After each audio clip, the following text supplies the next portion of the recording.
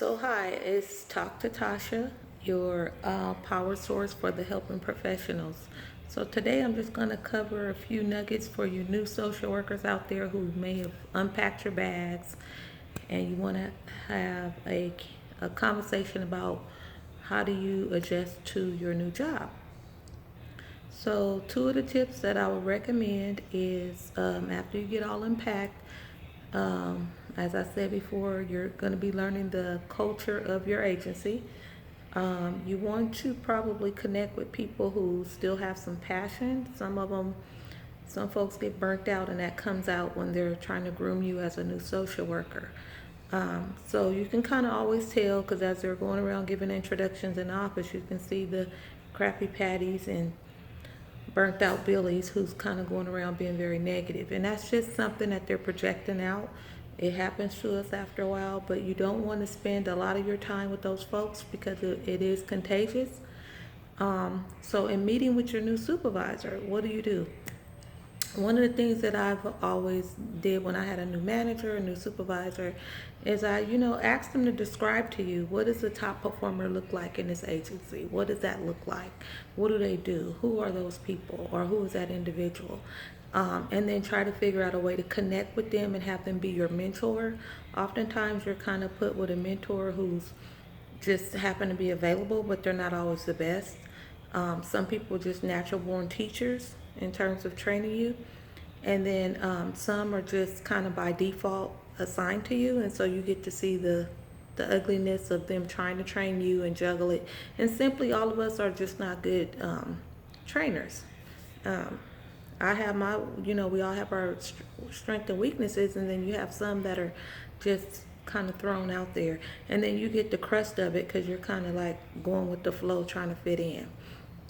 So, number one, ask your supervisor, what does a top performer look like? What do those skills look like? And how do we make a plan so I can get to that point? Also, when you're going into the job, ask yourself, what is my takeaway? What is my goal in serving in this capacity? Is it just a job to pay the bills for right now? And that's okay if that's where you're at, but be upfront about what your goals are so that way you can plug into trainings and different things that's going to help you reach your ultimate goal and growing in the agency. So I think having that conversation, and some of you managers, I know you guys have emailed me saying, hey, you never talk about management. And so I'll do a clip for you guys as well because you're learning. A lot of times you promote up, yay.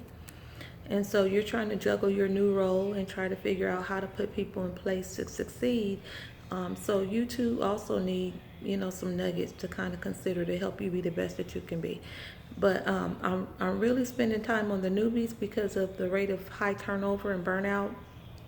And I know people went to school to do this work, but then when you hit child welfare specifically, you're not really prepared. You're just so excited to be working, and then you're hit with a ton of unexpected surprises that come.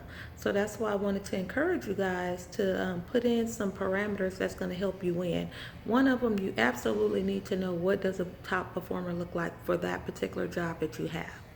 Okay, and then getting that written out outline and getting mentored by that individual or those individuals and have them show you the ropes, because what you're going to find in most of the jobs is there's huge manuals of the policies and guidelines on what you're supposed to do, but oftentimes in social work, there's something that we call informal case practice, is what we do to survive, to meet the mandates over here, and then the real work as far as being with your families over here. So you'll learn to do a happy medium to try to please both expectations.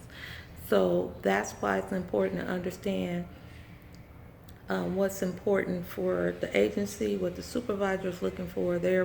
That way there's no surprises when you have evaluations. And you'll find out very quickly that some of the deadlines don't allow you to be very much committed in terms of the time that we spend with our families. So you'll kind of learn as you go to how to craft your time and do some real, what I call real social work, which means, balancing out the paperwork part of your work and also the real work with being with your families, because ultimately you need time with the families to learn them as much as you can, but you have to learn them very quickly sometimes. And so just keep those two nuggets as you're unpacking, and unpack any worries and stress, and keep your communication open, and I think you'll be okay. But do not succumb to the negativity. Know your purpose there. Figure out as you go what your purpose is and what you have to bring to the table, and get linked with resources that's going to help you win. Okay, so do not minimize your growing. I know you're probably so happy school is over, but you're going to always, always, always grow in this profession. The minute you stop growing, you miss the true work, and you're going to grow with the families, and they are your number one teacher in this social work game. So I will chime back in, and I hope to see you guys online with any questions, because you got this. You got this, and you have a lot of support down at those offices, and I will talk to you guys soon. Instagram, Talk to Tosh.